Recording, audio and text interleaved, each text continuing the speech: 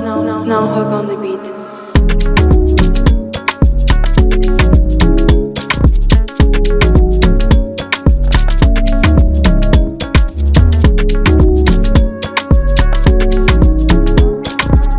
What's good YouTube, it's your boy Nohok back with another tutorial, and today I'm gonna be showing you guys how to make those Afrobeats instrumentals in the style of Wizkid, Rema, Rotimi, and many more that make you wanna dance like crazy. Don't forget to hit that subscribe button because I'm gonna be dropping a free Afrobeats loop kit and y'all won't wanna miss it. Okay, so let's just get straight into how I did this, and I started out with these chords. Let me play them for y'all.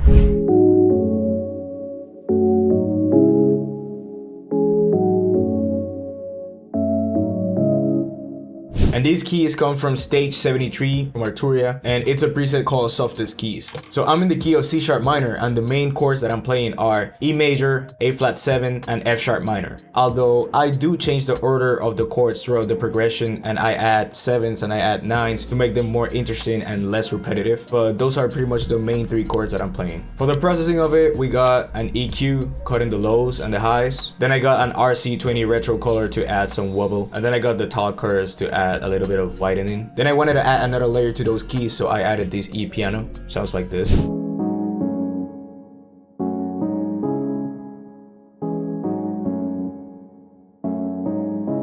This electric piano comes from Whirly 5 from Arturia, and the preset is called Dream Keys. It's playing the same exact chord progression as the one I just showed you guys. And for the processing side of it, I added nothing. I just leveled them. So after that, I wanted to layer the chords with this abstract type of pad, and it sounds like this.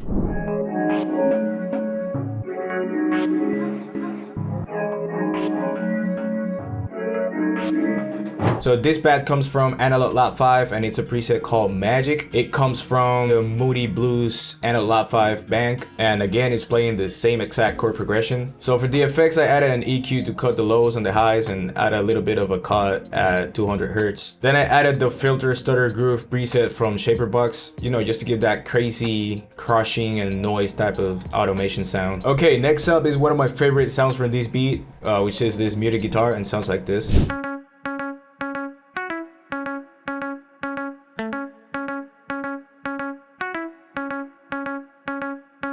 Okay, so this preset comes from Synology, and it's called Muted Guitar ATK. The melody is just playing the root note, which is in this case C sharp. Every 4 bars, no, I mean like every 2 bars is doing like a little variation right here. You see those 2 notes up, but in general it's just playing the root note. For the effects, I added a Fruity Blood overdrive, which is a little bit of saturation just to make it pop a little more. And then it might seem a little weird, but I added Fruity Fast Distortion. I'm driving it pretty hard, but it's on a low mix, so I'm basically doing it in parallel because I needed that grit for that guitar. Then I panned it to the left and I lowered it in volume a lot. And you see that this melody is actually doing like an offbeat type of rhythm. It fits pretty well with this type of genre, so keep that in mind. Okay, now we got the trumpet, which sounds like this.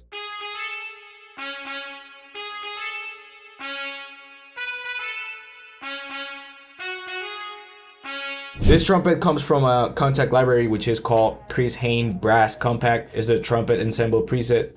This is actually a pretty good library, very realistic for whenever you want to do like orchestral type of stuff. And this is a very simple but rhythmic melody using the call and response technique, which is something that fit pretty well with this type of beat. And for the processing of it, I started with some sound goodizer because I wanted to pump up the sound. Then I added some multiband compression with OTT. And lastly, I added an effector with the Vox filter. Okay, and the last sound from my melodies are these vocal chops, which sound like this.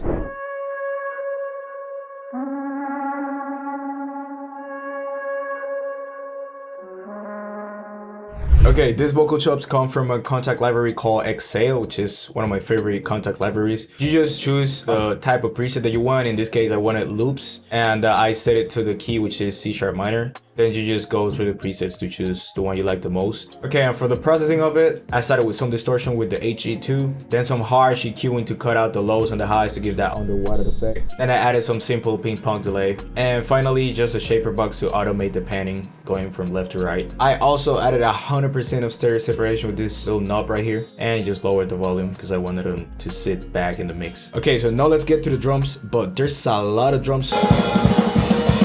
So I'm gonna try to go a little faster just not to bore the hell out of you and make this video way too long. So I'm gonna go one by one, and then I'm gonna be explaining what's the purpose of each of them. So I started with the kick, which is a regular 4-step pattern with a little fill in the middle to give it some variation. Okay, then I added a shaker just to give it some more rhythm.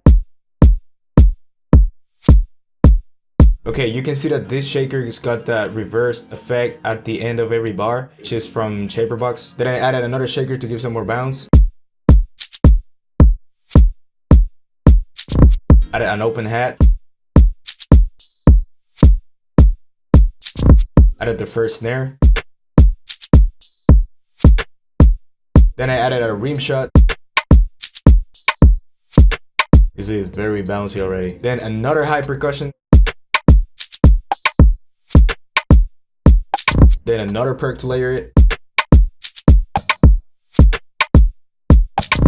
And I added this weird shovel type of perk from Nick Mira. Then another perk from the Cody kit.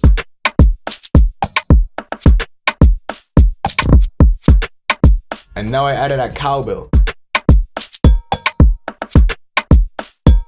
And then I added this rim shot loop, which you're probably gonna recognize, but it goes crazy for Afrobeats. But what's really giving it the rhythm is the shakers, bro. These Afrobeat shakers go crazy. And lastly, we cannot forget the tom, man.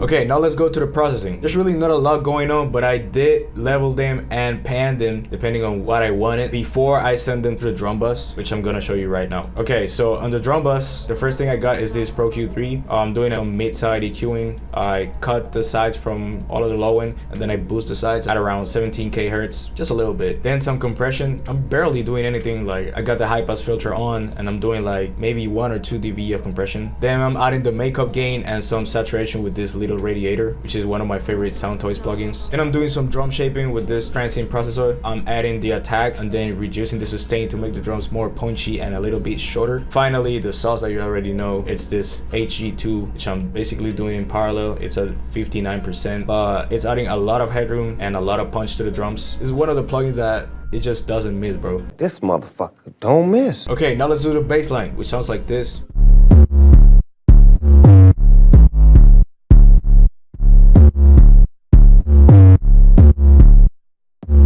And this 808 is just a regular Spins 808, believe it or not. What? I know it might seem weird to use a Spins 808 on Afrobeats, but it just worked, man. I really liked it. For the processing of it, I'm adding a little bit of saturation because I wanted it to pop out of the mix on lower quality speakers. Then I added some limiting because I just wanted to catch some peaks and keep the volume as consistent as I could. And then finally, I'm using the shaper box for side chaining purposes every 1/4 of a bar. And last but not least, I added some ear candy. When you're making beats, you should start getting used to adding ear candy, adding fills, adding crashes, little sounds that, you know, you will just avoid to make your beats so repetitive, and you will make your transitions way more seamless. Just hear it with and without. So this is without. And this is with. You see? Way better. I think that's gonna be it for today, guys. Thank you so much for tuning in, for watching. Please like, comment, subscribe. Tell me what you thought about this video in the comments. Let me know what type of tutorials I should do next. And I'm just gonna leave you guys with the beat. Thank you. Peace.